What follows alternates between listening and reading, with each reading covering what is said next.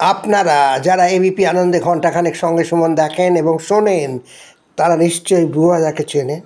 এই বুয়াদা Samir Chakraborty veteran Congress leader ছিলেন, আমার প্রিয় মানুষ ছিলেন, অধুনা তৃণমূলী। বুক বাজিয়ে বলেন 42 কোটি টাকার মালিক তিনি। এতদিন বাদে আর কত বাড়লো তাও তিনি বুক বাজিয়ে বলে দিতে পারেন। সৎ সাহস আছে মানুষটার, বয়স হয়েছে কিন্তু গলার জোর বহুত। ওনারই দোসর অরূপ দাদাকে গলার জোরে ছুঁয়ে ফেলে আর কি। ডান হাতটা জিম করবেটের বাঁক মারার রাইফেলের মতো করে তর্জনী তুলে উনি যখন আপনার দিকে এগিয়ে যাবেন তখন আপনি কিন্তু ভয় পেয়ে যাবেন। এই মানুষটা যখন মমতা বন্দ্যোপাধ্যায়ের নাম মুখে আনবেন তখন দেখবেন তিনি অন্য মানুষ, ভক্তিরসে আপ্লুত। এটা অবশ্য স্বাভাবিক, এটাই করে থাকেন দল বদলুরা। রাজীব ব্যান্ডকে দেখছেন না?